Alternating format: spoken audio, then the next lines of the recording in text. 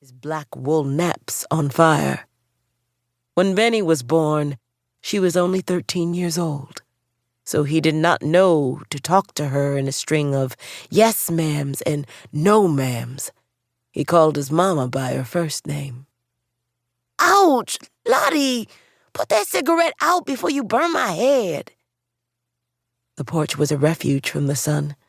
It was so hot that day. The birds panted on the low-lying maple branches. The heat did not deter baby Leonard. He played in the bare dirt of the yard, making mud of the used wash water. His skin and the earth the same tint of copper. The sky was a clear cornflower blue, except for one white cloud, comfort that passed over the three of them before it grew thin and evaporated. "Be still, boy." She snatched him in place and chuckled. "Ain't nobody gonna burn your little pea head. More likely the birds gonna set up shop if I don't chop this shit off." Like an older sister and little brother, they were so close that it didn't matter that she hadn't tied a kerchief to hold her breasts in place under her loose cotton dress. She was still gonna hold him close, where he could smell the warm womanhood of her body sweating in the heat. But at the same time, she would snatch at him and tease him like he was some meddlesome little pet. He laid his head back in her lap, and the two of them looked in each other's big round eyes. "Okay, boy, I'll put it out for a minute. Can't smoke my smokes for worrying about you and Leonard gonna have a complaint." He tilted his head forward for her to cut the back. His question hung in the heat of the afternoon. "What you and old Daddy bumping around about last night?" He knew old Daddy whipped her with the strap that was for the money satchel in the same way that old Daddy whipped him. Her beatings were constant, where his only came when his chores were half done. But he didn't have to be trapped in the room with old Daddy at night. She always had welts on her smooth, creamy legs, some of them purple from a few days back, some of them red from last night.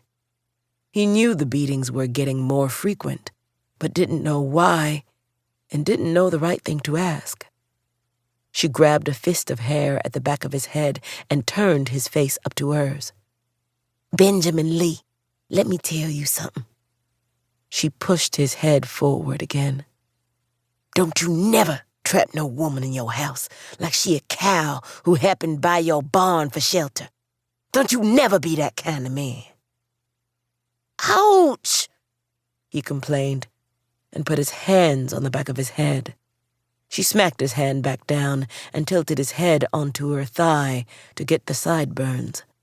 He felt a twinge of shame for seeing her breast beneath her arm and wanting to crawl into the safety of her lap and suckle, the way she still did for Leonard, who was 3 years old now, but still in need of her food. One of her loose dark curls fell from under her head rag, and high above her, the wasp's nest that she knocked down every summer danced with the brown insects making their home. The next morning, the wide fan of late spring tobacco leaves made the dew sweet and heavy. For a change, old Daddy didn't come in with the gray, warm light of dawn to jerk Benny to his feet off the pallet. Instead, old Daddy was already with the mule in the vegetable field, tilling the soil for their table crops. Leonard sat next to Benny, tying a string onto the leg of a half-dead June bug, and the house was strangely quiet. Benny looked out the window, and there was the wash tub on the old tree stump, but she was not there. He pulled the worn overalls up over his discolored underpants and went out to the open room, but she wasn't at the pump doing dishes or putting wood in the stove for breakfast. The lump beneath the chicken bone cage of his chest squeezed tight, and like remembering a dream hours after waking, He remembered old Daddy's voice muffled in the middle of the night.